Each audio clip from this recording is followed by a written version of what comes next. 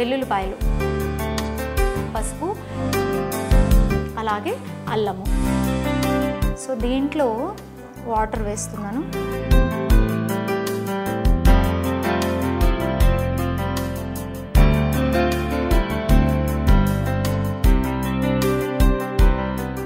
నమస్తే, నేను alternative medicine నాడీ డాక్టర్ స్వాతి, హర్బల్ స్పెషలిస్ట్, అలాగే కౌన్సిలర్. సో నేను మీకు ఇప్పుడు ఒక మంచి ప్రిపరేషన్ని చూపిస్తున్నాను. 10 మందిలో మినిమం 4 నుంచి 5 ఈ ఇబ్బంది నుంచి చాలా సఫర్ అవుతున్నారు. ఎలాగంటే వాళ్ళ డే స్టార్ట్ అయ్యేది పెయిన్ నుంచి స్టార్ట్ అవుతుంది. ఈ ప్రాబ్లం ఏంటంటే మడిమ నొప్పి. ఈ మడిమ నొప్పికి ఒక మంచి ప్రిపరేషన్ని మీకు చూపిస్తాను. చాలా అద్భుతంగా పనిచేస్తుంది. అసలు మడిమ నొప్పి గురించి మీకు ప్రిపరేషన్ చూపించే కన్నా ముందు దానికి మెయిన్ కారణాలు ఏంటి అని తెలుసుకుందాం. కారణాలని తెలుసుకున్నప్పుడు మనం కొంతవరకు ఆ సమస్యని మనము పరిష్కరించడానికి ఒక మార్గం దొరుకుతుంది. ఎలాగా అంటే పొద్దున్నే లేవంగానే మన పాదం కింద భాగంలో, అది కూడా పాదం మధ్య నుంచి కింద భాగం ఏదైతే మనకి ఇక్కడ ఒక కొంచెం ఏమంటారు ఓవల్ షేప్ ఉంటుంది, ఇక్కడ మనకి కొంచెం డిప్రెషన్ లాగా ఉంటుంది.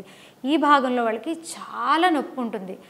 పాదం నేల మీద పెట్టారో లేదో ప్రాణం పోయినంత పరిస్థితిలాగా వాళ్ళకి అనిపిస్తుంది. కాసేపు వాళ్ళకి ఆ కాలు నడకకి పనికిరాదు, కుంటుకుంటూ నడుస్తారు. చాలామంది చాలా ఇబ్బంది పడతారు. దీనివల్ల ఏమవుతుందంటే వాళ్ళ డేనే అంటే ఎంత వాళ్ళు ఆరోగ్యంగా యాక్టివ్గా స్టార్ట్ చేయాలనుకుంటారో అది అస్సలు కుదరదు. ఈ ఇష్యూస్ నుంచి చాలామంది సంవత్సరాల నుంచి కూడా సఫర్ అయ్యేటటువంటి వాళ్ళు ఉంటారు. బట్ ఆర్థో సర్జన్ని వాళ్ళు కలిసినప్పుడు కూడా ఎక్కువగా దీనికి వాళ్ళు సర్జరీస్ని కూడా సజెస్ట్ చేస్తూ ఉంటారు. అది ఒక ప్రాబ్లము. అలాగే దీనిలో 3 రకాలు ఉంటాయి. ఒకటి పాదం కింద వాళ్ళకి బాగా ఇబ్బందిగా అనిపిస్తుంది, పెయిన్ అనిపిస్తుంది, డిస్కంఫర్ట్ అనిపిస్తుంది. అలాగే పాదానికి వెనక భాగం అంటే మడిమకి వెనక భాగంలో కూడా విపరీతమైన నొప్పి వస్తుంది, వాపులాగా కూడా కనిపిస్తుంది. అంటే వాళ్ళు బోన్ పెరిగింది అని కూడా చాలామంది మాట్లాడుకుంటూ ఉంటారు కదా. ఈ పాదం కింద ఉండేటటువంటి సమస్యనేమో ప్లాంటార్ ఫేషియాటిస్ అంటారు. అలాగే కాలు వెనక భాగంలో ఉండేటటువంటి ఇబ్బంది ఏదైతే ఉందో దాన్ని క్యాల్కేనియల్ బర్సైటిస్ అంటారు. అలాగే హీల్ స్పర్ కూడా మనకి మడిమకి సంబంధించినటువంటి వచ్చే ఇబ్బందులు. ఈ 3 రకాలు మీకు అంటే సమస్యను బట్టి అలోపతిలో మనకి వేరే ట్రీట్మెంట్స్ ఉన్నా కూడా ఈ ఒక్క ప్రిపరేషను మీకు ఈ 3 సమస్యలకి పరిష్కారాన్ని ఇస్తుందన్నమాట. సో దీనికి మెయిన్ కారణాలని కనుక మనం గమనిస్తే ఎక్కువగా నుంచునే పనిచేస్తూ ఉంటారు, వాళ్ళల్లో ఇది ఎక్కువగా వచ్చే సమస్య ఉంటుంది. అలాగే ఈ పాదాలకి హీల్స్ వేసుకుంటారు, భయంకరమైన బరువు ఉండేటటువంటి హీల్స్. అలాగే రకరకమైన అంటే దాంట్లో కూడా రకాలు ఉంటాయి. ఆ ఫ్యాషన్ కోసము, ఇంట్రెస్ట్తోనో, ఇష్టంతోనో చాలా హెవీగా హైట్ ఎక్కువ ఉండండి, వెనక వైపు ఎత్తు ఉండి ఇలాంటి రకరకాల షూస్ కానీ మోడల్ స్లిప్పర్స్ కానీ వాడుతూ ఉంటారు కదా. వాళ్ళల్లో కూడా ఈ ప్రాబ్లం వచ్చేటటువంటి అవకాశాలు ఎక్కువ ఉంటాయి. అలాగే ఎక్కువగా స్ట్రెస్ తీసుకుంటూ ఉంటారు వాళ్ళు. డే టు డే లైఫ్లో వాళ్ళు ఫేస్ చేసేటటువంటి పరిస్థితులు కానీ ఇబ్బందుల వల్ల వాళ్ళు తీసుకునేటటువంటి మానసిక ఒత్తిడి కూడా ఈ సమస్యను తీసుకొస్తుంది. అలాగే మంచిగా మనం తీసుకునే ఫుడ్లో కాల్షియం ఎక్కువగా లేకపోవడం, శరీరానికి మంచిగా కాల్షియం అందకపోవడం వల్ల కూడా ఈ ప్రాబ్లం వస్తుంది. అలాగే యూరిక్ యాసిడ్ అనేది మన శరీరంలో అంటే మన శరీరంలో జరిగేటటువంటి ప్రాసెస్లో ఆ యూరిక్ యాసిడ్ అనేది శరీరం నుంచి బయటకు వేయబడాలి. ఆ సరైన మోతాదులో దాన్ని బయటకు వేయనప్పుడు కూడా మనకి హీల్ పెయిన్ అనేది వస్తుందన్నమాట. సో ఇప్పుడు ఇవన్నీ కారణాలు ఉన్నప్పుడు మనం అక్కడే కొన్ని గమనించుకోవాలి. ఓకే, ఎక్కువగా నుంచోవడం వల్ల ఎవరైతే ఇబ్బందిని ఫేస్ చేస్తూ ఉంటారో వాళ్ళు ఎక్కువగా ఆ నుంచోవడం అనేది తగ్గించి కాస్త రెస్ట్ తీసుకుంటూ మధ్యలో వర్క్ చేసుకుంటూ ఉంటే అప్పుడు దీంట్లో ఒక మంచి రిలీఫ్ అనేది వస్తుంది. అకస్మాత్ ఇది మనకు తెలిసింది ఇది యూరిక్ యాసిడ్ వల్ల ఈ ప్రాబ్లం వచ్చింది అని అంటే ఆ యూరిక్ యాసిడ్ ఉండేటటువంటి పదార్థాలన్నీ మనము తీసుకోకూడదు అనమాట, అవాయిడ్ చేయాలి. ఓకే, అలాగే ఇంకా దీనికి రకరకాల కారణాలు. కాల్షియం చెప్పాను. కాల్షియం అనేది మన శరీరంలో సరైన మోతాదులో అందడం లేదు, శరీరానికి ఉపయోగపడట్లేదు అంటే దానికి కావాల్సిన జాగ్రత్తల్ని మనం తీసుకోవాలి. అప్పుడేది ఈ సమస్య అనేది మనకి పరిష్కారాన్ని చూపిస్తుందన్నమాట. అలాగే దీంట్లో ఇప్పుడు ఏదైతే నేను మీకు చూపిస్తున్నానో ఇది ఓన్లీ మడిమ నొప్పికే కాదు, రకరకాల మనకి శరీరంలో నొప్పులని కంప్లైంట్ చేస్తూ ఉంటారు అందరూ. కొంతమందికి ఏమో జాయింట్స్లో నొప్పి అంటారు, కొంతమందికి మాంస కండరాల్లో నొప్పి అంటారు, లేదా తలనొప్పి ఉండొచ్చు. గ్యాస్ట్రిక్ వల్ల కూడా మనకి శరీరంలో నొప్పులు ఉంటుంది. ఒక్కొక్కసారి ఒక్కొక్క శరీరంలో అది ఏమంటారు జర్నీ చేస్తూ ఉంటుందన్నమాట. అది ఏ భాగాలకి జర్నీ చేస్తుందో ఆ భాగాల్లో మనము ఆ నొప్పి అనేది మనము గ్రహించగలుగుతాం. ఇలాగ రకరకాల నొప్పులు ఉంటాయి. ఇవన్నిటికి కూడా చాలా చాలా మంచిది. సో ఈ ప్రిపరేషన్ని నేను మీకు చూపిస్తాను. ఈ ప్రిపరేషన్ని చూపించేటప్పుడు మీకు ఏమేమి వాడతాను అనేది ఒకసారి చెప్తాను. దీంట్లో చూడండి అన్నీ మన కిచెన్లో ఉండే పదార్థాలే. వెల్లుల్లిపాయలు, దీన్ని ప్రిపరేషన్ చేసుకోవడానికి కూడా మనకేమి గంటలు పడదు, ఎక్కువ మనము ఎక్స్పెన్సెస్ చేయక్కర్లేదు. పసుపు వీలైనంత పచ్చి పసుపు దొరికితే వాడండి, అది ఇంకా అద్భుతంగా పనిచేస్తుంది. లేదు అంటే ప్యూర్ పసుపు, దాంట్లో ఏది అంటే ఇప్పుడు అన్నీ మిక్స్ చేసేసి అమ్మేస్తున్నారు, ఎవరి బెనిఫిట్లు వాళ్ళు అన్నట్టుగా ప్రపంచం అయిపోయింది కాబట్టి మనం ఇన్ని బాధలు పడుతున్నాము.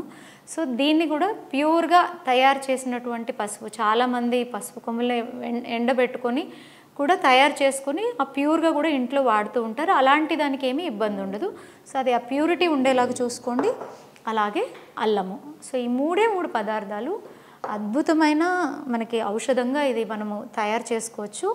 సో దీంట్లో నేను హాఫ్ గ్లాస్ వాటర్ వేస్తున్నాను.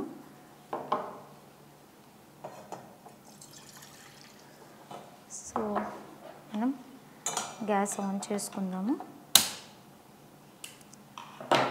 సో నేనేం చేస్తున్నానంటే నేను ఒక్కరికి చూపిస్తాను, 1 పర్సన్కి. సో ఒకరికి ఎలాగా అంటే ఒక రెండు ఎల్లుల్లిపాయ రెబ్బల్ని తీసుకోవాలి, నీట్గా దాన్ని పీల్ చేసేసేయాలి. చేసి ఇలాగా చిన్నగా మనము కట్ చేసుకోవాలి.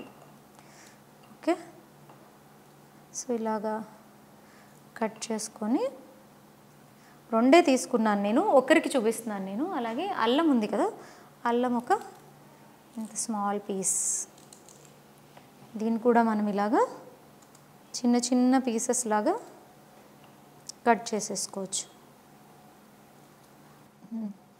సో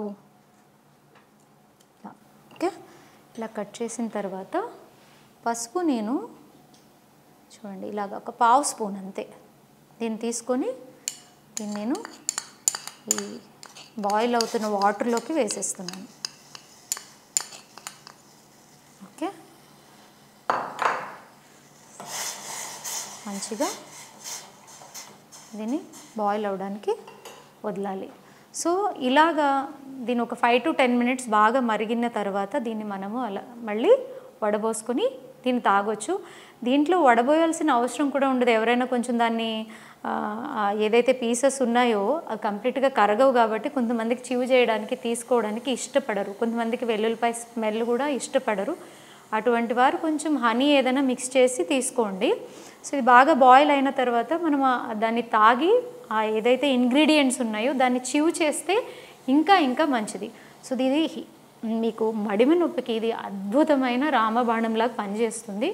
మడిమ నొప్పి ఉన్నటువంటి వారు దీన్ని వాడి చూడండి. ఇంకొకటి ఏంటంటే మడిమ నొప్పి ఉండేటటువంటి వాళ్ళు చిన్న చిన్న జాగ్రత్తలు తీసుకోవాలి. ఈ మడిమ నొప్పి ఉన్నప్పుడు ఎక్కువ మీరు పాదాన్ని స్ట్రెయిన్ చేయకూడదు, బాగా స్ట్రెచెస్ చేసేయడం అలాంటివన్నీ చేయకూడదు. చిన్న చిన్న స్ట్రెచెస్ మాత్రమే చేసుకోవాలి. మంచిగా కొబ్బరి నూనె తీసుకొని పాదాన్ని మంచిగా మసాజ్ ఇవ్వండి. అలాగే ఒక 2 పెద్ద వెడల్పు ఉండేటటువంటి బౌల్స్ తీసుకుని ఒక దాంట్లో ఫ్రిడ్జ్లో పెట్టిన ఐస్ వాటరు, ఒక దాంట్లో మీరు తట్టుకునేటటువంటి వేడి ఉండేటటువంటి వేడి నీళ్ళు. అప్పుడు ఏం చేయాలి, ఏ పాదం అయితే మీకు ఇబ్బంది ఉందో ఒక 2-3 నిమిషాలు చన్నీళ్ళల్లో, మళ్ళీ ఒక 2-3 నిమిషాలు వేడి నీళ్ళల్లో. మనం చన్నీళ్ళల్లో స్టార్ట్ చేస్తాం కదా, మనం కాలు బయటకు తీసేటప్పుడు వేడి నీళ్ళల్లోంచి బయటకు తీసేయండి, లేదా వేడి నీళ్ళలో స్టార్ట్ చేసినప్పుడు చన్నీళ్ళల్లోంచి బయటకు తీసేయండి. అలాగే మీ ఆహారపు అలవాట్లని మనం మార్చుకోవాలి. దీంట్లో వేసినటువంటి వెల్లుల్లిపాయ కానీ పసుపు కానీ ఈ అల్లం కానీ ఇవి ఏం చేస్తాయంటే యాంటీ ఇన్ఫ్లమేటరీ. అంటే మనకేంటంటే అక్కడ ఇన్ఫ్లమేషన్ అయి ఉంటుంది, ఆ ఏరియాలో సర్క్యులేషన్ అది సరిగ్గా ఉండదు, అక్కడున్న సెల్స్ డ్యామేజ్ అయి ఉంటాయి, అలాగే అక్కడ వాపు ఉంటుంది. ఇవన్నిటిని కూడా ఇవి కంప్లీట్గా తగ్గిస్తాయి అన్నమాట. సో అందువల్ల ఇది చాలా సింపుల్ కషాయం. ఇప్పుడు దీన్ని వడపోసుకుందాము.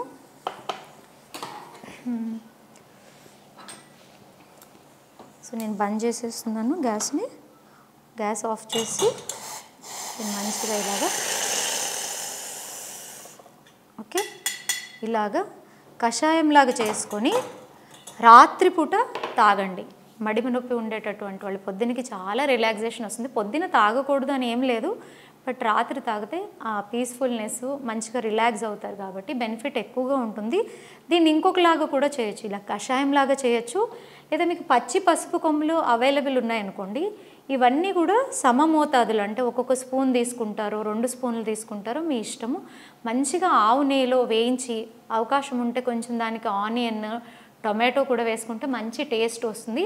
అలాగ కూడా కర్రీ చేసుకొని ఈ పచ్చి పసుపు కొమ్ము ఎప్పుడైతే అవైలబుల్ ఉంటుందో ఆ సీజన్లో కనుక మీరు కొంచెం అందరూ ఒక్కొక్క స్పూన్ కనుక వేసుకొని మీరు ఆహారంలో తీసుకుంటే మీకు రకరకాల నొప్పులు ఉంటాయి. అన్ని రకాల నొప్పులకి కూడా ఇది ఒకటే అద్భుతమైన మందులా పనిచేస్తుంది. మనం ఏం చేస్తాము అంటే అలవాటు పడిపోయాం. నొప్పి రాగానే ఒక పెయిన్ కిల్లర్, అది తలనొప్పి అవ్వచ్చు, మోకాళ్ళ నొప్పి అవ్వచ్చు, నడుము నొప్పి అవ్వచ్చు, ఎటువంటి నొప్పులు ఉన్నా కూడా పెయిన్ కిల్లర్స్ని తీసేసుకుంటున్నాం. నేనే చెప్పక్కర్లేదు, మీరు గూగుల్ చేస్తే మీకు క్లియర్గా చెప్తున్నారు. పెయిన్ కిల్లర్స్ని ఎక్కువగా తీసుకోవడం వల్ల ఎటువంటి అనారోగ్యాలు వస్తాయి, ఎంత ఇబ్బందికరమైనటువంటి అనారోగ్యాలు వస్తాయి అని చెప్పి. మీకు ఇమ్యూనిటీ కూడా తగ్గిపోతుంది, అక్కడ అనారోగ్యంకి కంప్లీట్ మీకు రిజల్ట్ రాదు. అలాగే ఏమంటారు అంటే వీటిని ఎక్కువగా తీసుకోవడం వల్ల కూడా వేరే అనారోగ్యాలు కూడా దారితీస్తుందనమాట. సో వాటికి అలవాటు పడకుండా ఎమర్జెన్సీ టైంలో ఏదైనా ఒకసారో 2 సార్లు వాడితే తప్పలే. ఇప్పుడు అవకాశం లేదనుకోండి, మనం ఏం చేయలేం, ఉన్నదే వాడాలి. కానీ మనకు అవకాశాలు ఉన్నాయి కదా, దానికన్నా అద్భుతంగా పనిచేసేటటువంటి వస్తువులు మనకి ప్రకృతి ఇచ్చినప్పుడు ఫస్ట్ మనం దాన్ని వాడడం ద్వారా మనకి దీంట్లో సైడ్ ఎఫెక్ట్ ఉండదు, ఉన్న ప్రాబ్లంకి సొల్యూషన్ వచ్చేస్తుంది కదా. సో తప్పకుండా మడిమ నొప్పి ఉండేటటువంటి వారు ఈ ప్రిపరేషన్ని చేసుకొని తీసుకోండి, మంచి రిజల్ట్ని మీరు చూస్తారు. అలాగే మా క్లినిక్ KPHB 6th ఫేజ్లో ఉంది. ఎవరైనా అపాయింట్మెంట్ తీసుకోవాలన్నా 7416924463కి కాల్ చేయొచ్చు. నమస్తే.